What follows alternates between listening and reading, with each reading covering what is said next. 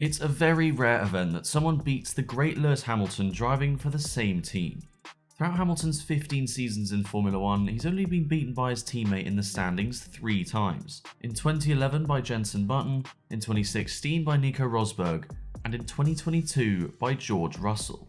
Now, the fact that both Button and Rosberg are world champions I think is a good indicator for what Russell could achieve in what I'm sure will be a long career in Formula 1. Now, I know luck played a role in deciding the standings between Russell and Hamilton, but this should in no way take away from Russell's mammoth achievement in 2022. He showed the world that he needed to be taken seriously as a title contender, but yet he's still viewed as a step down from the likes of Verstappen, Leclerc and Hamilton for some reason. Now, going into 2023, we can expect to see a closer competitive field thanks to Mercedes getting on top of their porpoising issues. So for this video, I'm going to dive into why I think George Russell is the dark horse for the 2023 championship. So George Russell is a British racing driver currently competing in Formula 1 for Mercedes. He made his debut in the 2019 season driving for Williams and has since established himself as one of the most promising young drivers on the grid. Russell began his motorsport career in karting before moving up to junior single-seater categories, and he quickly made a name for himself, winning several championships, including the 2014 Formula 4 Championship and the 2017 GP3 Series, which earned him a place on the Mercedes junior team. And this led to an opportunity to test drive for the Mercedes F1 team. And then he enjoyed a dominant season in Formula 2 in 2018, beating Lando Norris to the title by 68 points. This was enough to get the call up to Williams for 2019. And despite driving for the less competitive Williams team, Russell has consistently performed well and regularly outqualified and outraced his teammates. He has also impressed many in the F1 paddock with his consistency and speed. If you remember in 2020, Russell got a chance to drive for Mercedes as a stand-in for Lewis Hamilton at the Sakir Grand Prix, and he was able to impress the Mercedes boss Toto Wolff with his performance, which took him one step closer to that illustrious Mercedes drive. While in 2021, he was officially announced as a Mercedes driver, replacing Valtteri Bottas for the 2022 season and beyond. And what a 2022 season Russell enjoyed. Despite having an extremely difficult car with severe porpoising for the first half of the year, he managed to be the only driver on the grid to have 9 consecutive top 5 finishes in the first 9 races, and this resulted in him being nicknamed Mr. Consistency. He did struggle a little bit 3 quarters into the season in Singapore and Japan, but bounced back even stronger to take Mercedes' only race win of the year in Brazil through an utterly dominant drive. So he finished the season on 275 points, beating his 7-time world champion teammate Lewis Hamilton by 35 points. I saw it as very reminiscent to that of Ricciardo's first year at Red Bull against Sebastian Vettel, and Leclerc's first year at Ferrari also against Vettel. All in all, it really showed the motorsport world what Russell was capable of. More specifically, his 2022 season convinced me that he definitely has what it takes to be a world champion. Now, in my eyes, to win a championship, apart from the obvious talent and competitive car, you need a high level of consistency. You need to perform at a seriously high level, race in, race out, because to win a title you can't rely on luck. And 2022 was proof enough of Russell's ability to be consistent all season. Another vital trait of a world champion is they must be calculated. Sometimes it's better to settle for second than risk it all and go for the win. You need to have the intelligence to understand when to cash your checks and settle. Now, while Verstappen did win the championship in 2021, one example of his lack of calculation was when he refused to let Hamilton through in Silverstone, resulting in him crashing out. If he had simply not battled as hard, he would have kept his massive championship lead and would have won the title before the final race. To be calculated, you need to have a long-term view rather than viewing it race by race and battle by battle.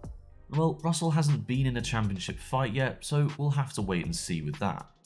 Now, another important trait of a world champion is to be able to handle pressure and rise above it to perform better than your competitors.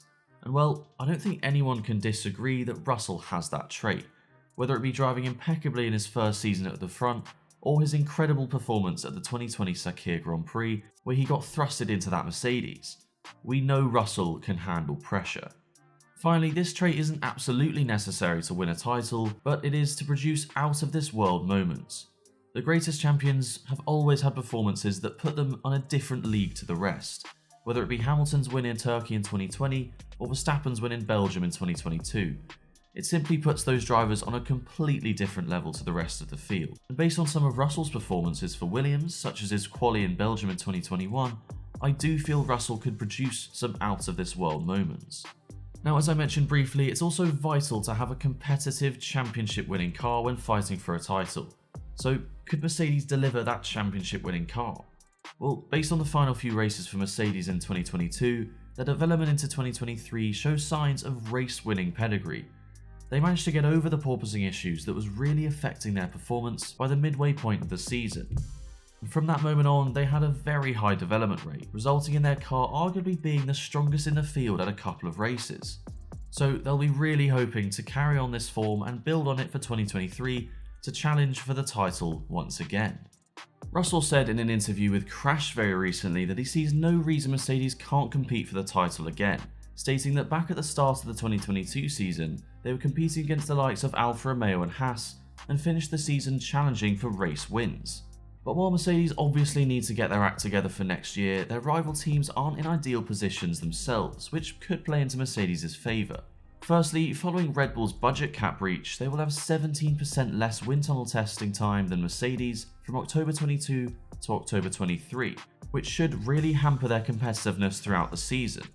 Then when it comes to Ferrari, with Mattia Binotto out, they'll need to use 2023 as a warming into season for his replacement, Frederic Vasseur.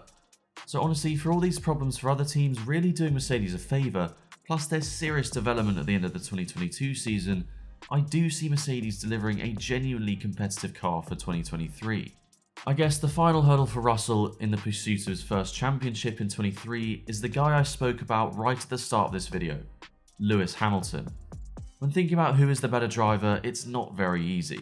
The reason Russell performed better at the start of 2022 was because the car was difficult to drive and it was slow, a position that Russell had gotten used to from his 3 years at Williams, so he knew how to get the most out of it. However, for Hamilton, he's gotten used to driving very quick and responsive cars, so he really struggled initially to find speed. However, as the car became quicker and performed better, we arguably saw Hamilton perform better than Russell towards the mid part of the season. But as the season came to a close and Mercedes had the best car they'd had all season, Russell was the one that was able to win a race. All in all, it is very hard to predict who will come out on top. I guess, however, Russell does have the clock on his side, with Hamilton turning 38 this month. So to conclude, I see no reason why he couldn't seriously challenge for the championship if the Mercedes is indeed competitive. The main challenge in his control is once again scoring more points than his 7-time world champion teammate, which is obviously no small feat. And honestly, even though Red Bull do have their aero penalties, I certainly wouldn't write them off either. We all know what Verstappen is capable of. All I'm going to say is I'm very excited for what the 2023 season has in store for us, and I would not be surprised if the boy from King's Lynn is the one that comes out on top at the end of it.